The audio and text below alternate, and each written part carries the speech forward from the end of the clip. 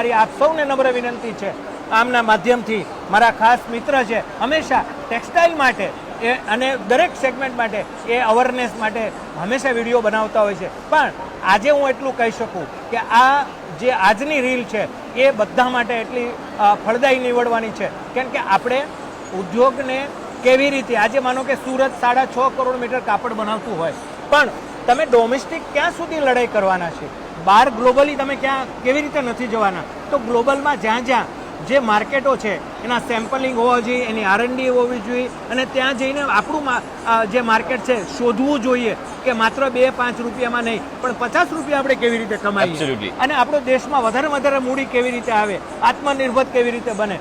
એના માટે જો આપણે વિચારીએ તો હું માનું છું કે દરેક ફેર આપણા માટે બહુ સકારાત્મક નીકળશે, અને એમાંથી આપણે ક્યાંક ને ક્યાંક મોટો બિઝનેસ કરીશું અને સુરત, ગુજરાત અને ભારતને મજબૂત બનાવીશું. અને એક શોર્ટ ક્વેશ્ચન સર, કે આપણા ગુજરાતીઓ, આપણા સુરતીઓ પાસે સ્પેન્ડિંગ પાવર બહુ સારો છે, પરંતુ એ રાઈટ જગ્યાએ એક્સપોર્ટની અંદર તમારું એવું શું માનવું છે કે એ લોકોને એક્સપોર્ટ ઉપર હજી કેટલું ધ્યાન આપવું જોઈએ, અને આપણું SGCCI એને આવનારા ટાઈમની અંદર કઈ ટાઈપના પ્લેટફોર્મ કે અવેર કરી શકે એના માટે બી તમે પ્લીઝ અવેર કરજો. SGCCI એટલે ચેમ્બર ઓફ કોમર્સ, દક્ષિણ ગુજરાતનું મોટું એસોસિએશન અને લીડ કરતી સંસ્થા તો ચેમ્બર ઓફ કોમર્સ છે.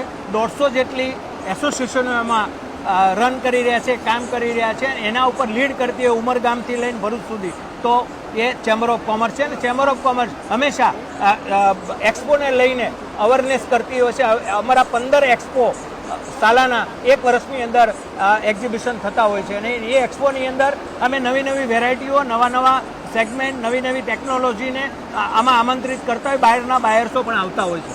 એની અંદરથી આપણે એક્સપોર્ટ કેવી રીતે વધારવું છે એના માટે ખાસ તો ટેક્સટાઇલ રિલેટેડ જે લોકો છે એમને પોતાનું મશીન ઉપર એક R&D વિભાગ ઊભો કરવો જોઈએ. બહાર કેવું કપડું ચાલે છે, વિદેશોની અંદર આજે આપણા ગેટ કરાર આરબ અમીરાત સાથે છે, UK સાથે થઈ ચૂક્યા છે. એવી ઘણી બધી કન્ટ્રીઓ છે કે જ્યાં આપણે આપણો બિઝનેસ કરી શકીએ એમ છે, પણ ત્યાં શું જોઈએ છે, એની જરૂરિયાત કેવી છે અને કેવી ક્વોલિટી આપણે જોઈએ છે, એના ઉપર આપણે ફોકસ કરીએ તો હું માનું છું કે આપણે પોતે તો મજબૂત થવાના છે, પણ ગુજરાત પણ મજબૂત થશે અને ભારત પણ મજબૂત થશે. Thank you so much. સાંઘાઈમાં અશોક સરને મળ્યા પછી એ વાત તો કન્ફર્મ છે કે આપણી પાસે રસ્તો છે, વિઝન છે, એવા મહારથીઓ પણ છે, માર્કેટ પણ છે. હવે રાહ તમારે જોવાની નથી, તમારે હવે શરૂઆત કરવાની છે. તો એક્સપોર્ટ માટે તૈયાર રહેજો. આવનારા ટાઈમની અંદર SGCCIના ઉપક્રમે બહુ જ સરસ મજાનો એક પ્રોજેક્શન આવે છે, અને ખાસ કરીને એક્સપોર્ટ ઉપર સ્ટ્રેસ આપશું, જેથી કરીને ખરા અર્થમાં છે ને એક જે કહેવાય ને મજબૂત ભારતનું, આત્મનિર્ભર ભારતનું નિર્માણ થાય. Thank you so much sir. Pleasure to meet you.